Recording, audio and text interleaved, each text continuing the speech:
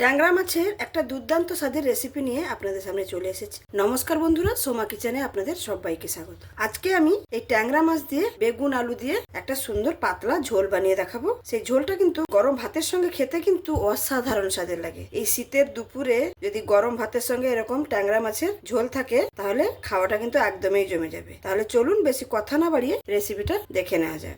এখানে দেখুন আমি ট্যাংরা মাছ নিয়েছি। এগুলো সামুদ্রিক ট্যাংরা, কিন্তু এগুলো খেতে কিন্তু দুর্দান্ত স্বাদের লাগে। এটা নোনা ট্যাংরা আমরা বলে থাকি। কালকে বাজারে দেখতে পেয়ে কিনে নিয়ে এসেছি। মাছটাকে সুন্দরভাবে কেটে বেছে একদম ধুয়ে রেখেছি। আর তার সঙ্গে আমি দেখুন আলু বেগুন কেটে রেখেছি। আর মাছগুলো লম্বা বলে আমি বেগুন আর আলু এগুলো লম্বা লম্বা করে কেটে নিয়েছি, এতে দেখতে ভালো লাগে। এবার কি করব, মাছে আমি হলুদ আর লবণটা মাখিয়ে নেব। দিয়ে দেব লবণ আর দিয়ে দেব হলুদ, আর তার সঙ্গে দিয়ে দেব একটু সামান্য তেল। এই আঁশবিহীন মাছে ভাজতে গেলে প্রচুরভাবে তেল ছিটকায়, গায়ে ছিটকে আসে। সেই জন্য একটু তেল দিয়ে দিলে এই তেল আর ছিটকে আসবে না। ভালো করে হলুদ লবণটা মাখিয়ে নেব। মাছে সুন্দরভাবে হলুদ লবণ মাখিয়ে নিয়েছি। এবার আমি একটা মশলা করে নেব। তার জন্য একটা মিক্সারের জার নিয়ে নিয়েছি। তাতে আমি একে একে সমস্ত মশলাগুলো দিয়ে দেবো। প্রথমে দিয়ে দেবো রসুনের কোয়া। এখানে দেখুন 6টার মতন আমি রসুনের কোয়া নিয়েছি। এই নোনা মাছের রেসিপিতে একটু রসুন ব্যবহার করলে কিন্তু খেতে অসাধারণ স্বাদের লাগে। দুটো কাঁচা লঙ্কা, ঝালটা যে যার পছন্দ মতন ব্যবহার করবেন। আর আমি এখানে দিয়ে দেবো পেঁয়াজ কুচি। পেঁয়াজ কুচি আমি একটা বড় সাইজের পেঁয়াজ নিয়েছি। অর্ধেকটা বেটে নেবো আর অর্ধেকটা একটু তেলে ভেজে নেবো, তার জন্য একটু রেখে দিয়েছি। আর তার সঙ্গে দিয়ে দেবো একটা বড় সাইজের টমেটো কেটে নিয়ে এরকম বীজগুলো আমি বের করে নিয়েছি। টমেটোর বীজ খাওয়া কিন্তু একদমই ভালো না। আর এখানে দিয়ে দেবো সামান্য একটু সর্ষে, হলুদ সর্ষে সামান্য একটু দিয়েছি। এই সর্ষেটা দিয়ে আমি সামান্য একটু জল দিয়ে এটাকে ভালো করে মিহি পেস্ট করে নেব। আর আপনারা যদি এখানে কালো সর্ষে ব্যবহার করেন তাহলে সর্ষেটা কিন্তু আলাদাভাবে বেটে নেবেন, তাহলে তরকারিতে দেখতে ভালো লাগবে না। মশলাটা সুন্দর মিহিভাবে পেস্ট করে নিয়েছি। দেখুন আমি রান্নার জন্য সমস্ত কিছু গুছিয়ে নিয়েছি। এবার রান্নার কাছে চলে যাব। এখানে আমি একটা কড়াই বসিয়ে নিয়েছি। প্রথমে আমি মাছটা ভেজে নেব। এই ট্যাংরা মাছ কিন্তু ভাজতে গেলে তেল প্রচুর ছিটকায়, এই জন্য তেলের পরিমাণটা অবশ্যই কম রাখতে হবে। দিলে দেখবেন ট্যাংরা মাছ থেকে কিন্তু তেল আর ছিটকাবে না। আর অলরেডি তো ট্যাংরা মাছের গায়ে একটু তেল মাখিয়ে নিয়েছি। তেলটা গরম হয়ে গেছে। এবার আমি মাছগুলো দিয়ে দিচ্ছি। অল্প অল্প করে মাছ দিয়ে ভেজে নেব, একসঙ্গে কিন্তু বেশি দিয়ে দেবো না। মাছটাকে একটা সাইড উল্টে নিয়েছিলাম, আপনাদের দেখানো হয়নি। আবারও আমি উল্টে নিচ্ছি। এরকম করে হালকা করে কিন্তু মাছটাকে ভেজে নেব, বেশি কিন্তু কড়া করে ভাজবো না।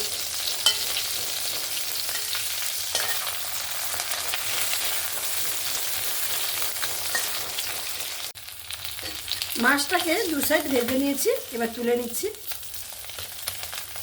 বাদ বাকি মাছগুলো আমি সেমভাবে ভেজে নেব।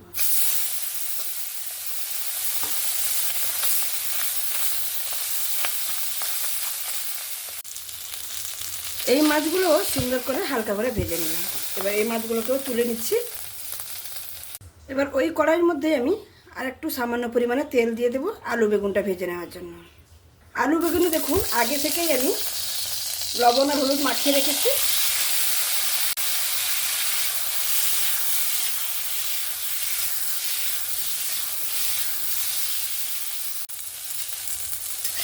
বেগুন আর আলুটাকে দেখুন হালকা করে একটু ভেজে নিয়েছি। এবার বেগুন আলুটাকে তুলে নেব।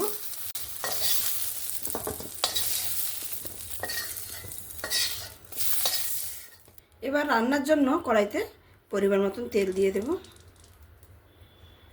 আমি কিন্তু রান্নাটা একদমই কম তেলে রান্না করব।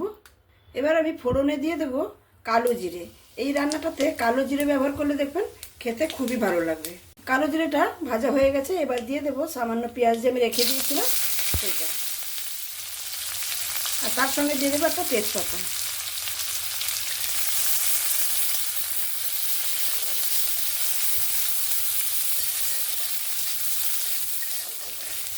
পেঁয়াজটাকে ভালো করে একটু ভেজে নেব। পেঁয়াজটাকে সুন্দর করে ভেজে নিয়েছি। এবার এখানে আমি বেটে রাখা মশলাগুলো দিয়ে দেব।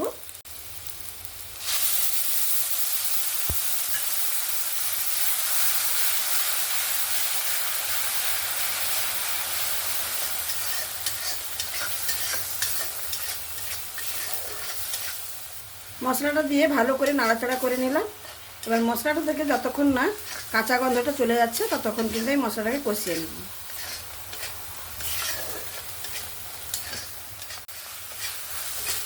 এই বাটা মশলাটা ভালো করে 5 মিনিটের মতন ধরে কষিয়ে নিয়েছি। এবার আমি বাটা মশলা ধোয়া জলটা সেটা দিয়ে দেব।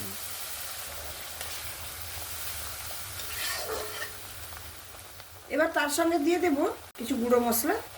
প্রথমে দিয়ে দেব পরিমাণ মতন হলুদ, ভালো কালারের জন্য একটু কাশ্মীরি লঙ্কার গুঁড়ো দিয়ে দিচ্ছি, সামান্য একটু জিরে গুঁড়ো, পরিমাণ মতন লবণ, আর সামান্য একটু দিয়ে দেবো ঝাল লঙ্কার গুঁড়ো। যেহেতু আমি দুটো কাঁচা লঙ্কা বেটে দিয়েছিলাম, ঝাল লঙ্কার গুঁড়োটা কম পরিমাণে দিলাম। আপনারা আপনাদের পরিমাণ মতন বুঝে দিয়ে দেবেন, যে যেরকম ঝাল খেতে পছন্দ করেন সেরকমভাবে দিয়ে দেবেন।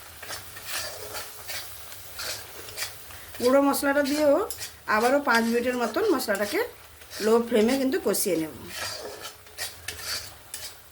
মশলাটাকে দেখুন সুন্দরভাবে কষিয়ে নিয়েছি। এবার আমি এখানে ভেজে রাখা আলু আর বেগুনগুলো দিয়ে দেব। দিয়ে মশলার সঙ্গে ভালো করে মিক্স করে নেব।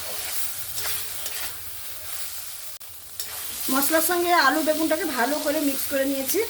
এবার আমি এখানে পরিমাণ মতন জল দিয়ে দেব। যেহেতু আমি এখানে ঝোল ঝোল করে রান্না করছি, সেজন্য জলের পরিমাণটা আমি আমার মতন করে দিচ্ছি। আপনারা আপনাদের মতন করে জলটা দিয়ে দেবেন, যে যেরকম জুস খেতে পছন্দ করবেন সেরকমভাবে কিন্তু জলটা ব্যবহার করবেন। তরকারির মধ্যে সুন্দরভাবে ফুট চলে এসছে। এবার আমি ভেজে রাখা মাছগুলো দিয়ে দেব। মাছগুলো দেওয়ার পরে আমি সুন্দরভাবে জুসের মধ্যে মাছগুলোকে একটু ঢুকে দিয়েছি। গ্যাসের ফ্লেমটাকে লো টু মিডিয়াম করে দেব, দিয়ে একটা ঢাকনা দিয়ে ঢেকে দেব যতক্ষণ না আলুটা সুন্দরভাবে সেদ্ধ হয়ে যায়। 10 মিনিটের মতন আমি ঢাকা দিয়ে রেখেছিলাম। এবার ঢাকনাটা খুলে নিচ্ছি। দেখুন রেসিপিটা কত সুন্দর হয়েছে। দেখুন আলুটাও সুন্দর সেদ্ধ হয়ে গেছে। রান্নাটা এখানে একদমই কমপ্লিট। এবার আমি সামান্য একটু ধনেপাতা দিয়ে নামিয়ে নেব।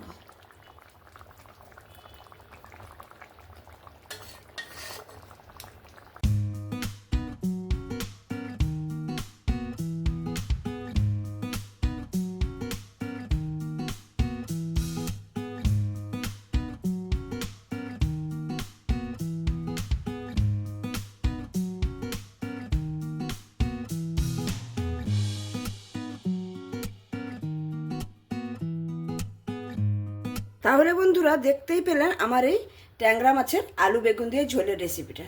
দেখুন দেখতে কতটা সুন্দর হয়েছে। শীতের দুপুরে গরম ভাতের সঙ্গে খেতে কিন্তু অসাধারণ স্বাদের লাগবে। এই রকম ট্যাংরা মাছ যদি বাজারে পেয়ে থাকেন তাহলে একবার এরকম ভাবে বানিয়ে দেখতে পারেন। আশা করি বাড়ির সকলে কিন্তু আপনার প্রশংসাই করবেন। আমার এই রেসিপিটা যদি আপনাদের ভালো লেগে থাকে তাহলে অবশ্যই লাইক, শেয়ার, কমেন্ট এবং সাবস্ক্রাইব করে আমার পাশে থাকবেন। যে সকল বন্ধুরা অলরেডি সাবস্ক্রাইব করে আমার পাশে আছেন তাদেরকে অসংখ্য ধন্যবাদ। আর যারা এখনো সাবস্ক্রাইব করেনি নতুন বন্ধুরা প্লিজ সাবস্ক্রাইব করে আমার পাশে থাকুন। তাহলে আজকে এখানেই শেষ করছি। আবার দেখা হবে অন্য কোনো দিন অন্য কোনো রেসিপির সঙ্গে। সবাই ভালো থাকবেন, সুস্থ থাকবেন, সাবধানে থাকবেন। ধন্যবাদ।